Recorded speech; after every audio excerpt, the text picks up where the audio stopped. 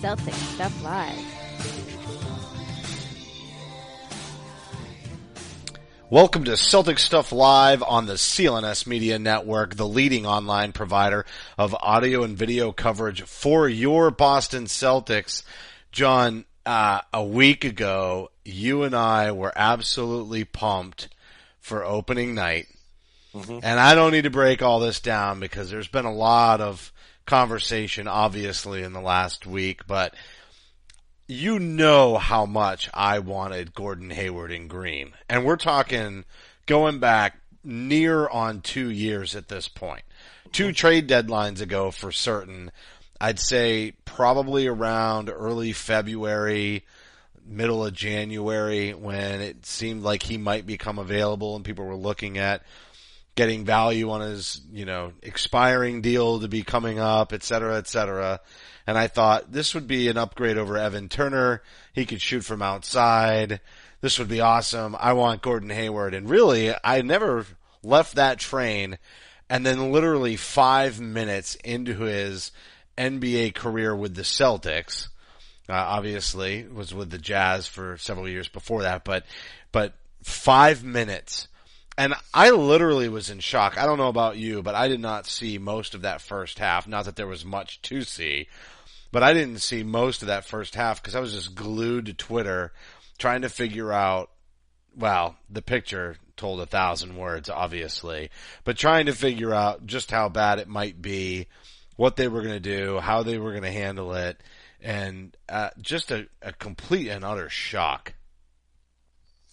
I was in a meeting at work, and I'm just sitting there with watching, listening to people, probably zoning out, trying to not check my phone because I was recording the game and I wanted to see it all in person.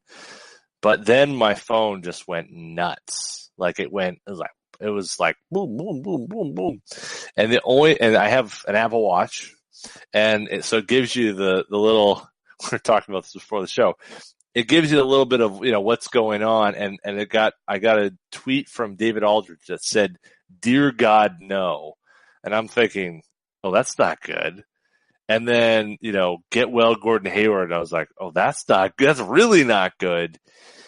And, I called it up very quickly and saw it while I was sitting in the meeting, and just, it was a long ride home. Let me just say that. So you didn't even get to enjoy the game or any of the build-up. You had it on DVR.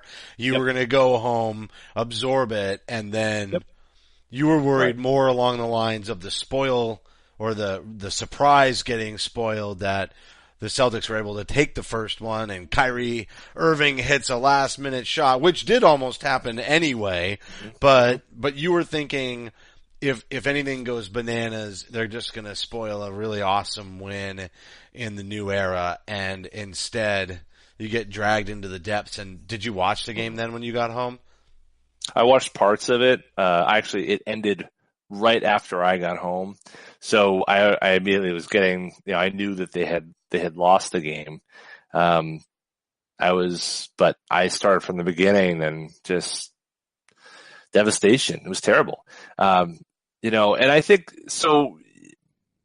I think the thing is that, there was so much promise, so much that people brought to the table with this beginning of this year, thinking this is like '08. I don't know about you. I didn't think like this was '08. I didn't get that same sense. Like you, I was excited to see Hayward here. I thought, Kyrie was a special player. I liked where things were going with the young players, but I didn't get that same feeling as I did in 2008. I was excited, but I wasn't at that level. But boy, I was.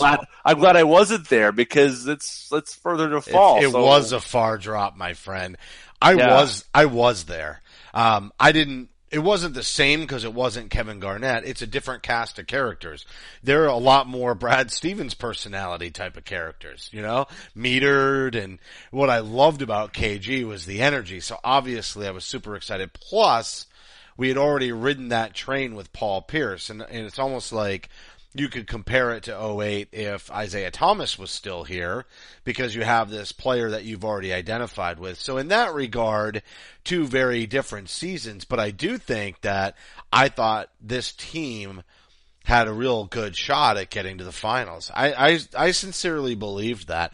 And a lot of it had to do with the fact that I thought the young players could be pretty capable.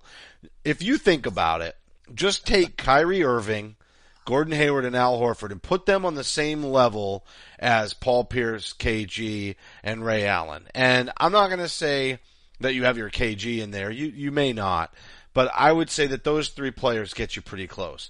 But then, let me ask you, do you want Rajon Rondo and Kendrick Perkins with that three, or do you want a Jaylen Brown and a Jayson Tatum? And just based on what the defense can do, I really felt like, again, and we talked about this in the preseason, but I felt strongly that defensively they would be able to hold their own and that the expectations wouldn't be really high. And we argued about whether or not this team had depth, and I felt like this team had the depth. I think they had way more depth than they did in that 08 season. So I was excited. Did I think they would come out of the East for sure? No, I still placed them as underdogs to Cleveland, especially if Isaiah got healthy. But at the end of the day, I thought they had a good shot at it. They definitely have had this is definitely the best collection of talent, since that 08 team, or maybe not that, that big three era. I guess we can pick apart which team we thought was the best, but 08's the one that won the championship, and they had Posey and Eddie House, and we're riding with that. But at the end of the day, I did think that they had a shot at going to the finals. Did I think they would win the championship this year? No, I did not. I thought the West is real strong this year. I thought it would have been a real uphill battle, but I did think that ultimately they had a shot at going to the finals, and I thought there was no reason we wouldn't see them exceed expectations in the early going. Maybe finally not have an injury-riddled 500 level start to the season, although even that's out the window. Remove Hayward, you still have Morris and then Smart with the ankle, and it looks like injuries are still going to play out. Yeah, I guess, I didn't, partly I was kind of tempering expectations, maybe because as you said, we talked about the bench, and I didn't have that same, I just wasn't, part of it maybe the Warriors, part of it maybe the fact that the East wasn't as wide open as it was in 2008. I also think the team that we had in 2008 was one that was players who were closer to the zenith of the top of, what, players that were playing at that time. Kyrie is a guy who's a really good player, probably a 10, 11, 12 best player in the league, somewhere in that neighborhood, with potential to be better, 25 years old, but he hadn't hit, the peak there. KG, KG was there. He was at the mountaintop. He'd won an MVP. Paul Pierce, as good as he was going to be. Ray, same. It was about growth this year. And that's why I wasn't putting too much into this year, because I thought, well, this is about them growing into whatever that next step is. They'll be good. They'll be competitive.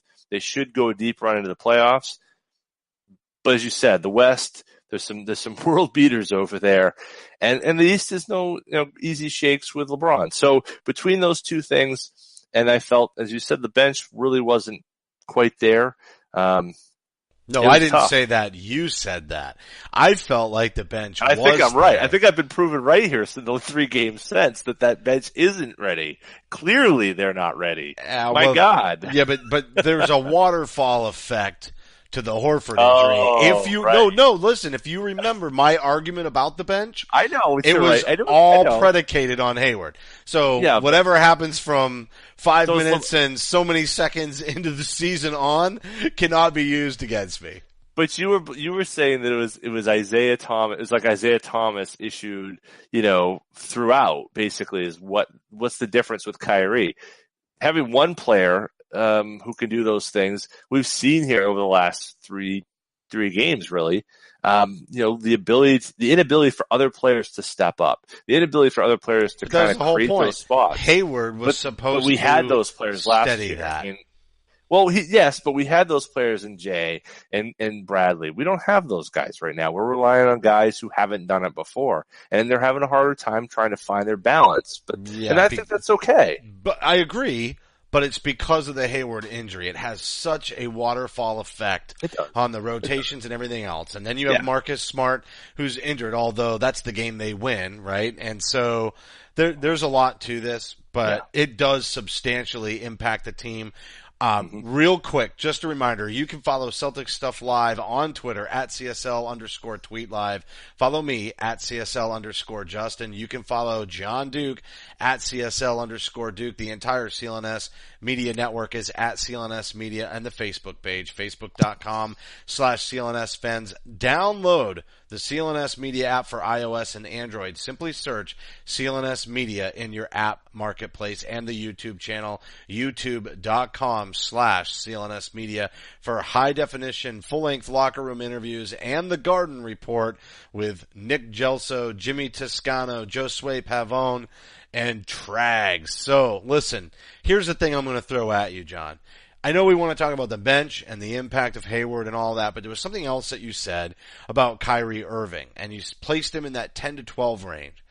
I can tell you, I know it was only 5 minutes into the season and it was against his former team, but I'm just going to put this out there that Kyrie looked way better with Hayward out there.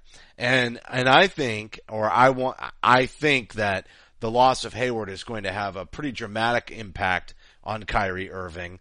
And I wanted to get your take. How much of a drop down does losing Hayward take Kyrie Irving? Not because Kyrie's not a good player or it's in his head or anything ridiculous like that. I just mean that starting three, a bunch of selfless players moving the ball around, and I liked what I saw from Kyrie in that game, and even some of the subsequent games where I felt like he was. I think some people are now claiming selfless to a fault. But I liked that, and I think there is an element of that Hayward injury that's going to impact Kyrie and maybe even force him into having to be more of a selfish player down the stretch.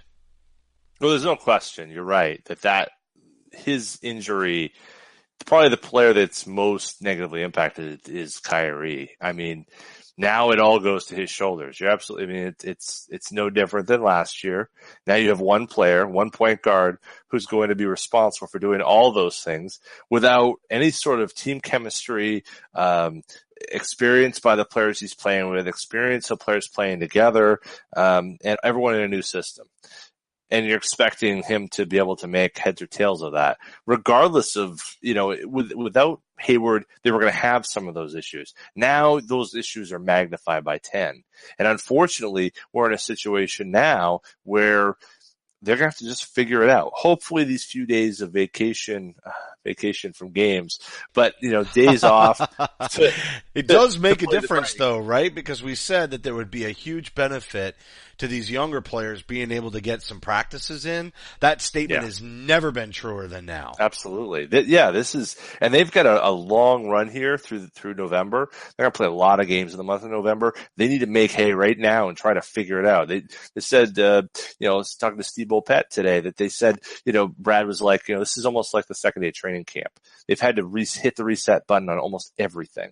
And so now, just as you said, you're absolutely right. The waterfall effect is real. There is a true and distinct impact this has on Kyrie Irving. So now, what do the Celtics do? How do they respond? You're going to have to ask a lot more of Al Horford. You're going to have to ask a lot more of Jaylen Brown and Jayson Tatum. All that just to do the things to stabilize. Never mind what that's going to do to Kyrie Irving and what's being asked of him. I think that Kyrie Irving could have an MVP caliber season. I think that's entirely within his it's wheelhouse. Much more likely now that he's going to have to get some constant and consistent effort from the guys he's playing with. And that, I think, is the problem. Can he get the consistent efforts from guys like Tatum, Brown, Rozier, Smart? If he can get that, he could be an MVP this year. Well, the great news about having somebody like Tatum around, and ultimately Marcus Morris too, he'll help space the floor. They Absolutely. Still have some opportunities to take the attention off of Irving, which they did not have last year with Isaiah Thomas. I mean, you mentioned Avery Bradley, etc., but I just don't think the spacing was there. People are already falling in love with Aaron Baines because he gives you that toughness.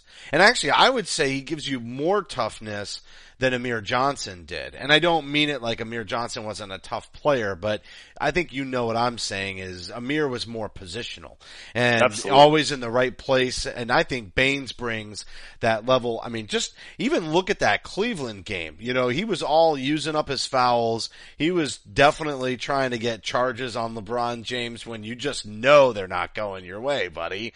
And yet, it didn't stop him from standing in front of the freight train. And I'm all about it.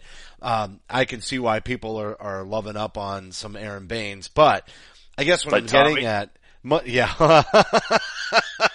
Let's not go there. That's a couple of weeks old now. I don't even want to touch that one. We actually avoided that. I'm surprised it didn't get on the show. We avoided that, and there it is. Made its cameo. Why'd you have to go there, dude? Why'd you have to go there? I'm sorry. Well, you left it right open there. It was like Celtics Hot Take Live. That's right. Right there. No. Oh, look at you. It's the hand on the forehead of shame. All right. Anyway, back on the train. Let's get this ship righted. That's at right. At the end of the day, I want to go back to the practices thing because I do think because these guys are offensively gifted enough. There's enough offense that they can. It was really Hayward's defense and his ability to be a playmaker and again transition to that second unit. That's where I think all the drop off is going to come from.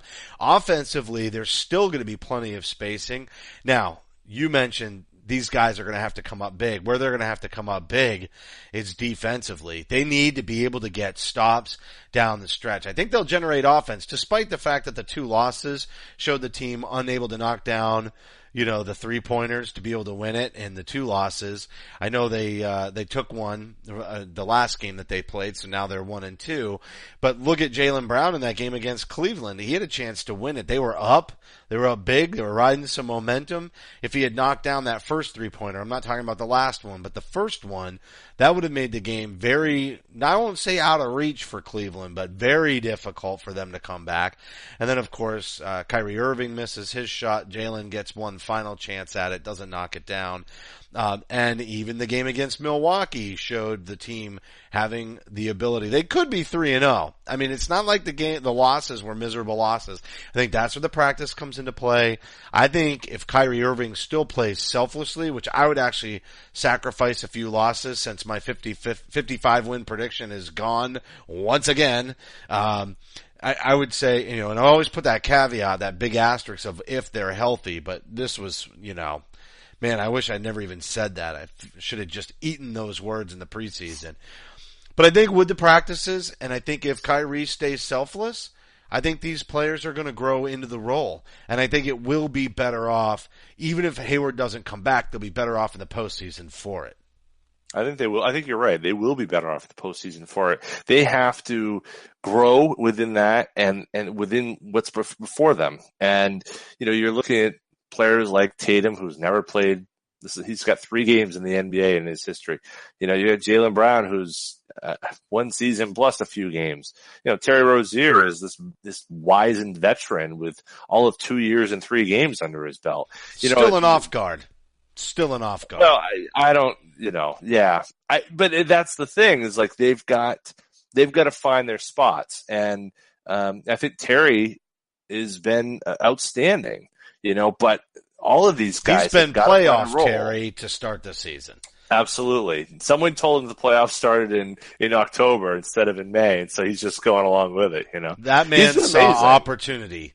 He saw opportunity and he was ready. And this is his year 3. I will say, if he holds this up for the duration of this year, we'd have to rank his year 3 over Marcus Smart's. As much as you and I love Marcus Smart, this leap is the kind of leap that you're looking for. Again, it's early if he sustains it for the year.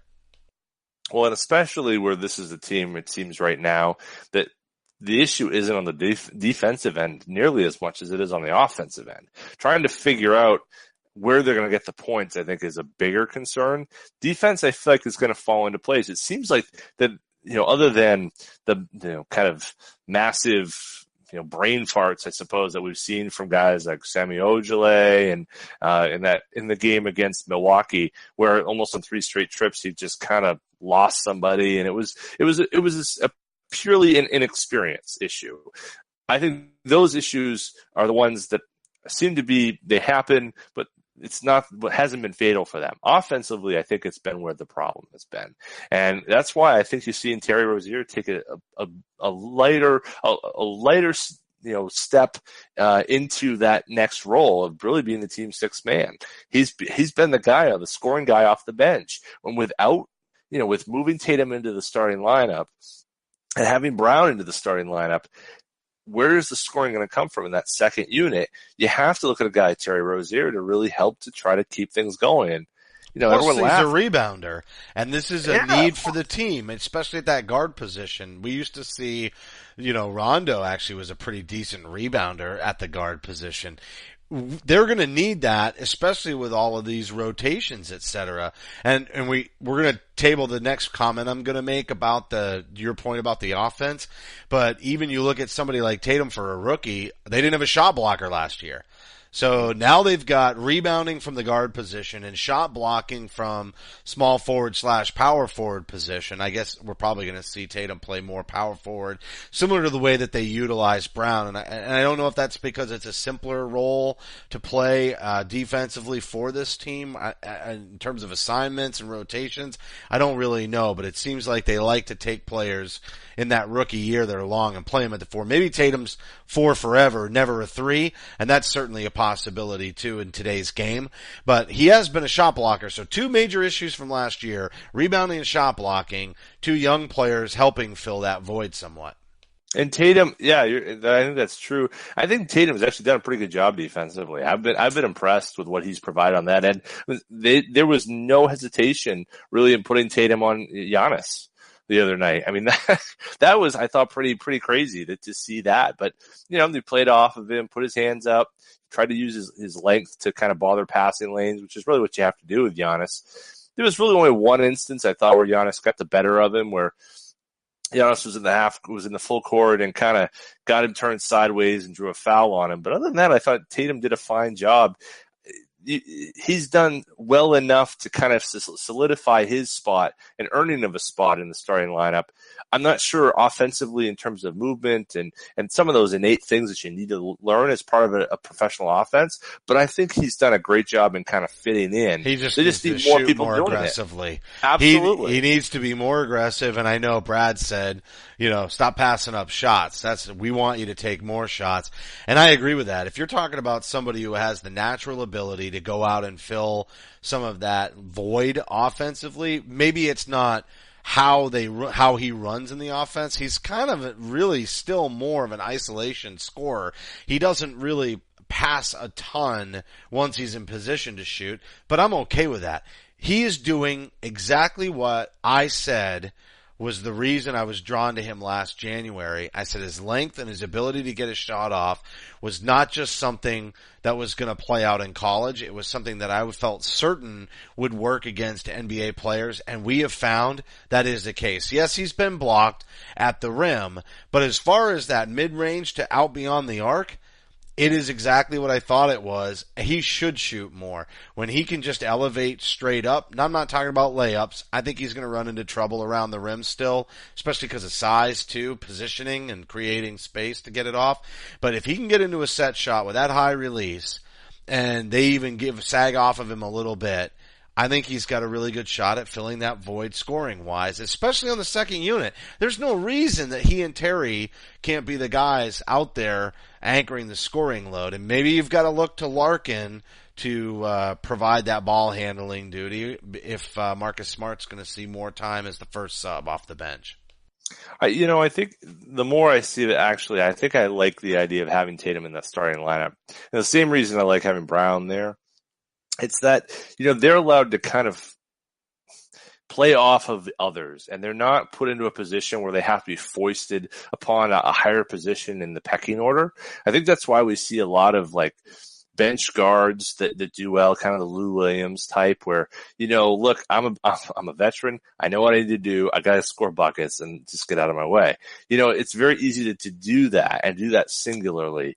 Whereas these guys, we're trying to get them to grow in their roles. And it's a lot easier, I think, for Brad perhaps to say, look, Terry, or I should say rather Tatum, Brown, do as well as you can and fill in your role. You need to play offense. You need to be able to be a shooter, to create opportunities when they're given to you off of the stars.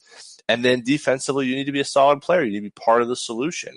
I think it's a lot easier perhaps to kind of create those great players by putting them in winning situations with winning players, as opposed to maybe using them in the second unit with players less experienced, less prepared, less ability to draw, defenses and create opportunities for them. So I think that's probably why he's stuck with it. I hope he does stick with it, because I think using a guy like, Marquise Morris in that second unit, maybe it does create a little bit more space for guys like Terry and others. So you kind of have that veteran savvy that you need in that group, because they're really struggling with that second unit. And I still agree with you. Help. Yeah, I still agree with you that Tatum should be in the starting lineup. I just think he subs out quick and comes back in and provides some offensive punch, especially because when you're making the transition, there's no reason Terry can't come in and be that initial sub in where Tatum comes out and then they rotate maybe Brown up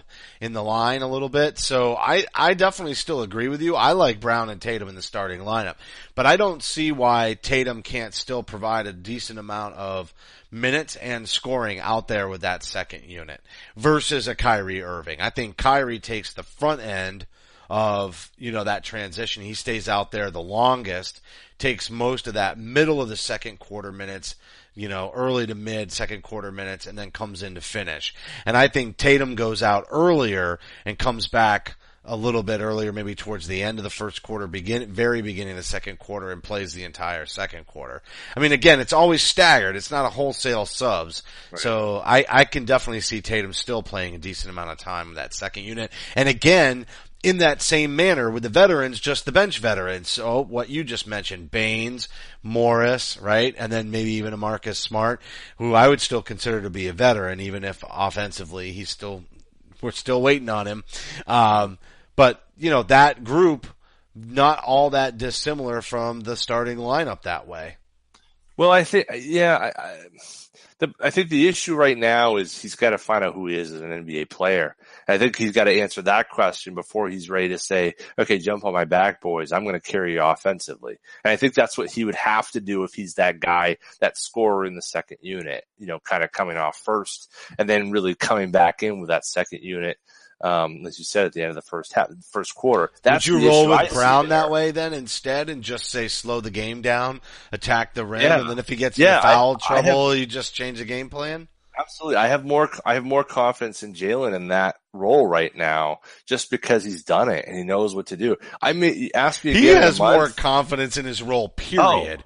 No question. Seriously, the leap, he took the third year leap in the second year. I mean, he really did. Just what is he doing out there right now? Yeah. I would almost love to see him do, that's what I'm saying. I'd almost love to see him kind of in that space, because I think Jaylen, he welcomes it. He wants that, and I'm not saying Tatum doesn't. I think Tatum, he has the right mentality. He's still finding his way. He's just new. Totally. Yeah. I think we foist that upon Brown and say, Brown, hey, go to it, man. Go, here it is. You're playing with Smart, you're playing with Rozier, do your thing and do what you gotta do. What a difference a year makes. It really is. I know. A year ago we're like, well, No. We still a got year ago, you were like, not me, you. Oh my God. What is this? It just needed to come back. It just needed to come back. We got the dude with a broken ankle, and now we're just pointing the fingers at the camera. Hey, this guy. There it is. That guy, you. I'm just saying, all I'm saying is, I was on the Brown train early, and when he was in the starting lineup, it didn't take me long to say I wanted him to stay there. Remember the DeMar DeRozan, and when we play the Raptors, Jaylen needs to be the guy that's out there. And in the starting lineup, he doesn't have to shoulder all the offensive load. And now he comes back and he's in the starting lineup, and guess what? He's the second best scorer on the team right now. That's insane. That is insane. I think that's absolutely nutty. I mean, if you had gone back to our draft night show, if we were to show this to our draft night show, 2016, with Sammy Shee losing his mind, I mean, if you could show this our minds would be absolutely blown at that point. But it's great. It's a great thing. and I think that he is ready for that situation. Didn't one of our listeners throw a shoe through his apartment window because they drafted Jaylen Brown? True or false? I don't remember that. Yeah, it happened. What? Yep, shoe through the window. Guaranteed. Wow. Uh-huh. Sammy Shee? No, nobody. No, just a listener. Listener. You know the listener. Oh, wow. Yeah, you do. Anyway, my point is, a lot of people were unhappy with the Jaylen Brown pick. Oh, yeah. But if you could go back and do that draft all over again, is he going number one? I don't know. No, Ben Simmons just had a triple-double, right? Yeah. I think Ben Simmons goes one, but does he go ahead of Ingram? What about Ingram, right? You said it. Probably. Ingram was your boy, but there was a moment in time, and it wasn't right at the draft. Yeah. Development matters. I mean, you got him in a toxic waste site of a franchise, and you got Jaylen Brown learning from Brad Stevens and Danny Ainge and IT and going to the playoffs. I mean, you know, that's, you got to tip your cap to Danny Ainge, but it's a whole process that happens there to make that work. I love Tatum. I love what he's come up. I think he's a better prospect than Brown, but what Brown has done from where he was to where he is just unfathomable. It's amazing. And the work ethic, dude, wow, is incredible. And the strength. I mean, seriously, what was one of the biggest things that they said about him? They said he was coming into the NBA, or he was coming into the league with an NBA ready body. That was a big reason, or not a big reason, but it was something that they cited heavily in their choice of Jaylen Brown with that number 3 pick. Mm-hmm. And what's Chris Dunn doing right now? Well, he's been hurt, but yeah, hasn't done a whole lot there in old Chi-Town.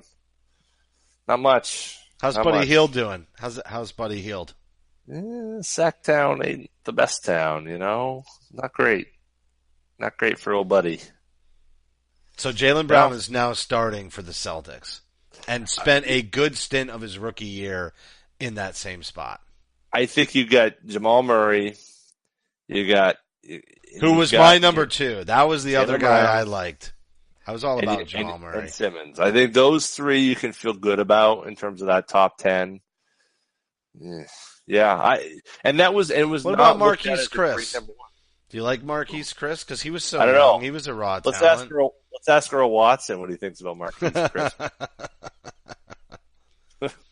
Why, you got him on speed dial? Let's bring him up. Hold on, everybody. Available. Hold on one sec. We know Earl Watson's free, so I think how they've gone, how they developed this has been amazing, and you see, okay, so are there things that you can develop, building blocks and say, okay, we did it with Jaylen Brown, this is what we can do with Tatum, and I think a year from now Tatum is going to be beyond where Brown is, and I think that says a lot. Amazingly, that says quite a bit. Just because I think he's going to have that role, that scoring role is just going to be defined for him. He's just got to figure it out, and he's got so many reps between now and the end of the season. Again, this is not, making the best of it's making the best of a bad situation. It's a silver lining to the cloud. This isn't, well, thank goodness it worked out that way. No, that's nuts. But what he has done to be able to what he's going to be able to do, I should say, because of the situation, the reps he's going to get, it's going to be tremendous. And you're right. By the end of the year, I could completely go to the point where he could take that second unit and say, yeah, I'm ready to be the leader. And Kyrie's on one and I'm on the other and Jalen's kind of floating in between. Rozier's doing it. Boom. I mean, now we're ready to roll and we're going into Cleveland. We're going to play those guys. And I got Gordon Hayward coming back to join the team. I think that's a completely possibility for the Celtics this year. I completely agree, and I was optimistic that night. I did the CLNS post-game show with Bobby Manning. We talked about it. I said, I still think there's a shot he comes back. So you're right. And here's the other thing.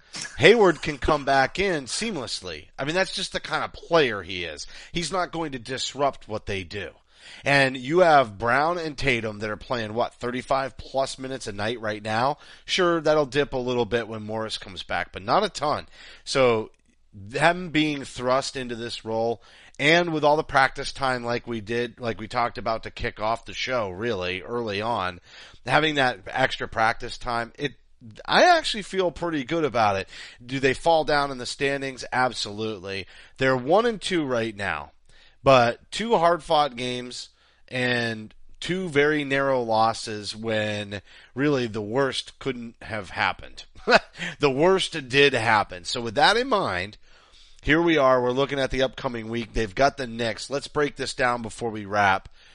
Looking at the schedule ahead, John, I mean, I think the Knicks are a mess. We're both going to win there, correct? Take us to the next game. No question. And really it's about Thursday night in Milwaukee. It's payback time. Look, Giannis is playing at another level right now. He is absolutely an MVP candidate. He is absolutely leading them somewhere. But I'm just not impressed with the Bucks team, their franchise. I just, something is amiss there. There isn't as much talent. I feel like they caught the Celtics at a really desperate time for them, less than 24 hours after Hayward's injury, and obviously all the chaos that goes with that.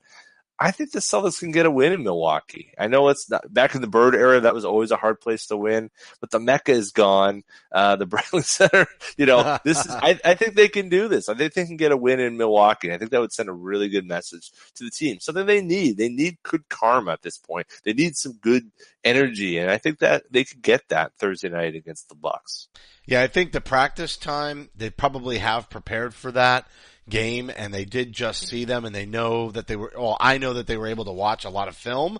So the adjustments are there that'll definitely put them in position to be able to get a win. Even if they don't, the game after that's against the Miami Heat. It's hard not to see this team at least at 500 by the time you and I come back for I know we've released on Tuesday mornings as of late, but we should be back to our Monday release date for the show starting next week. By the time we come back for that show, it's hard to envision them not at least being 3-3 with, to your point, the potential of being 4-2 if they're able to steal one on the road in Milwaukee. I think it's hard to predict a lot of where they are just because of there's so much inconsistency and so much that we just don't know about how the pieces are going to fit together. Who would have thought Shane Larkin would be leading them for a good part of the fourth against the Sixers the other night? But you're right. I think that they will get to at least a 3-3 situation, maybe 4-2. Miami's a good team, not a great team. It'd be great to see Kelly Olynyk to renew those acquaintances on Saturday night against the Heat. But this is maybe Tatum can pull his arm out of socket. Oh, dude. No. Listen, keep Kelly away from all the people on our team. It's not intentional. It's just business, man, okay? We've had a bad week when it comes to the Celtics. Take it easy on us. You know you love us. Yeah, I mean, Kelly, just chill out, man. It's gonna be a fun game. The Heat are a really entertaining team. It'll be interesting to see how they play against Whiteside with this team. I wonder at what point, though, the team around Kyrie settles down and then Kyrie can find his level. It'd be interesting to see if a game like Miami or Milwaukee, where he's really not going against top tier point guards, is that going to be what he needs to get over the top, or does he need to go against somebody who's in his class of player and he needs that to kind of get that extra bit of energy and really go push it over the top? I don't see it this coming week. Certainly not the Knicks. Certainly not the Bucks. I don't think it's the Heat either. But maybe it comes the following week. That's what I'm kind of looking to see is when does Kyrie go supernova? We certainly know he has it in him.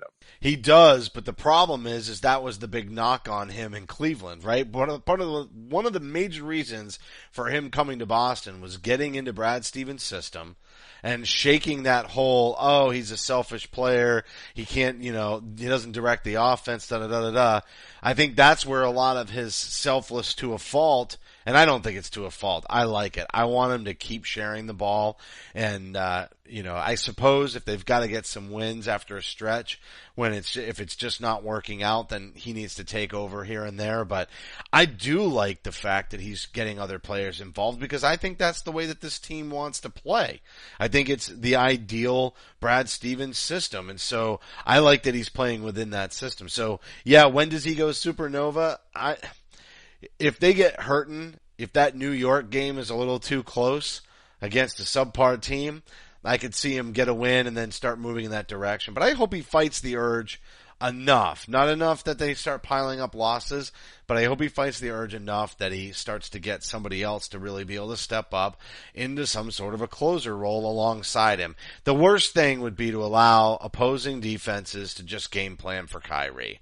Once that switch happens, we're in trouble. So, yeah, I'm excited for Supernova Kyrie, maybe in 1 or 2 games, spot here and there.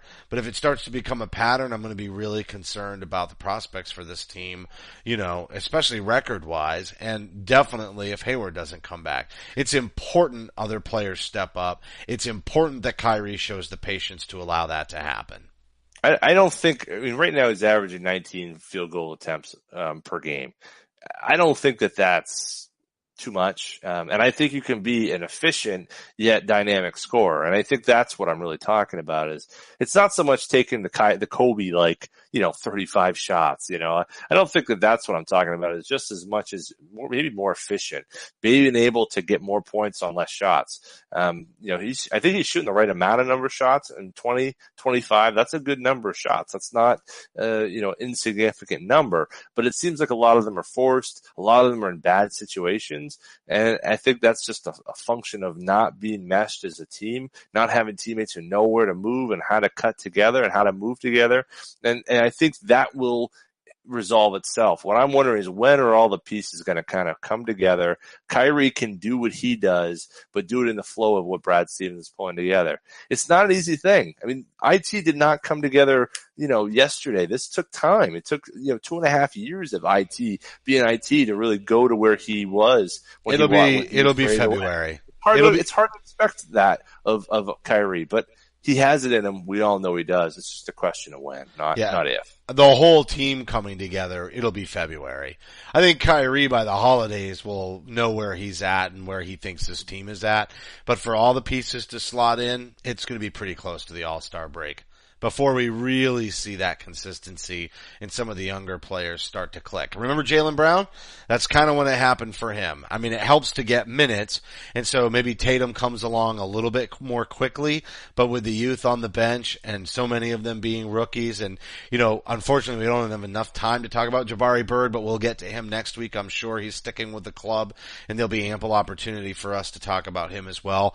I would target February as really when everything starts to gel, and the things that the rookies are learning will start to be played out more consistently on the floor. But John, we've run out of time. This is a fast one, a quick hitter, and we're going to be back in 6 days with another show next Monday morning, back on our regular schedule.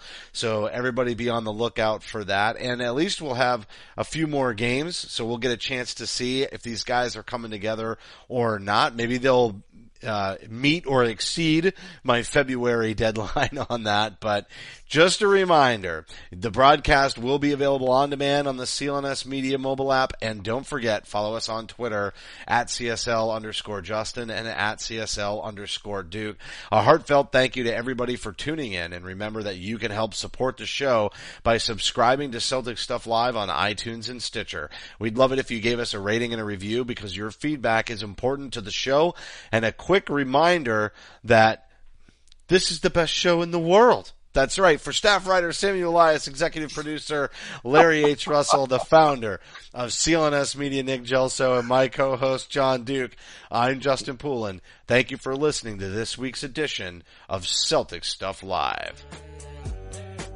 Celtic Stuff Live.